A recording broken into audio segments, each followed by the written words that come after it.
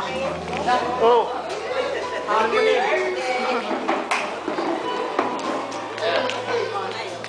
Yung isang araw, nag-usap kami ni Angie. Umiiyak din siya. Tapos ngayon, pagdating ko, sabi, may misa, may award. Dahil ano lang ako.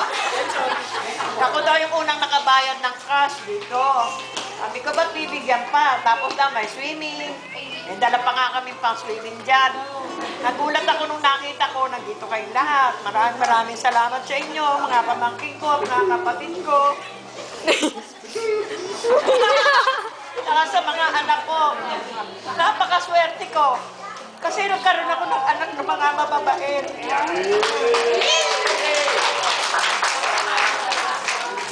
Lagi ko pinili sa Panginoon.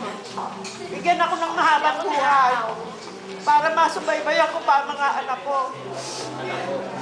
Tutulungan ko sila kung ano mga pangangailangan. Nandito lang ako. Mahal na mahal ko kayong lahat. Mga apo ko, lagi ko kasama sa panalangin. Mababait silang lahat, pati apo ko, mga anak ko, mga manugang ko. Mahal na mahal ko kayong lahat. Mga pamangkin ko, ganun din. Nakikita ko, mahal nila ako. Ayaw daw mga bayaw. Oo, mga bayaw ko. Sabi ni Tay. Baka magkalimutan eh. Mga pamangkin ko, nakikita ko, ang laki ng paggalang nila sa akin. Mga kapatid ko, ganun din. Kaya ako, mahal na mahal ko rin silang lahat. Maswerte ako kayo, mga naging kapamilya ko. Na kahit ganito lang ako, na-appreciate nyo kung anong pag-uugali ko. Na nagugustuhan naman ninyo. Kaya, na-surprise ako pagdating ko rito. Hindi ko akalain na ganito kasi nung Miyerkules, may kainan na rin sa bahay. Sabi ko, okay lang yun kasi mainit naman, wag na mag-swimming. Tampo. Nagtampo ah. Nagtampo, wala swimming. Buti na lang, walang peace ngayon. Kung hindi, nandun ako sa SM. Mag-a-attend ako doon. Wala ako rito. Kaya maraming salamat sa inyong lahat. Mga bayaw ko na malayo, si Rowena, ang layo-layo, Cavite, nakarating pa dito. Tawawa naman, uuwi na naman, mabisa.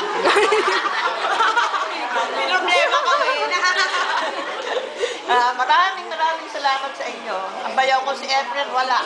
Hindi nakarating. Violi, Kuya Pepe. Kami ni Angie, nag-usap na kami ng isang araw.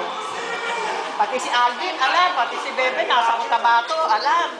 Pati si Remedios, alam. Ako lang pala hindi nakakaalam. Kaya pala sabi, wala pa kulay ka ng buhok kasi puting-puti na yung buhok ko.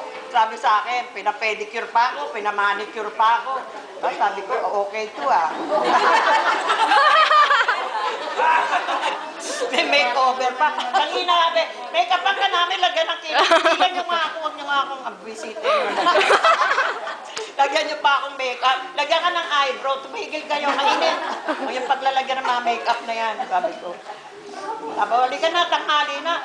Yung Merla na yan ha, baka pagdating dyan, wala siyang pagkain ha. Gutom na ako, sabi ko gano'n. Pag hindi, anong award? Baka award lang, wala namang pagkain. Sabi, meron, may pagkain doon. Kaya pagpasok ko dyan, nagulat ako, ba? Puro ka mag-anak ko to. Ano ba itong nangyari sa buhay ko?